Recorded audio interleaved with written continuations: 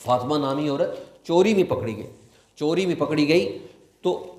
عرب کے بہت مدینہ کے بڑے بڑے رؤساء وہ کہنے لگے،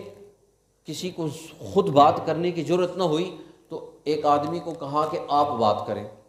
بات کرنے کے لیے ان کو بھیجا کہ یہ بڑے خاندان کی عورت ہے، تو طریقہ کار یہ ہو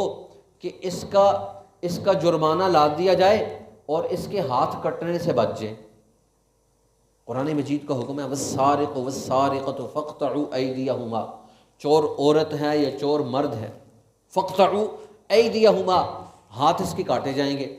اب مدینہ کی ریاست قائم ہے، رسول اللہ صلی اللہ علیہ وسلم کے پاس یہ مسئلہ آتا ہے،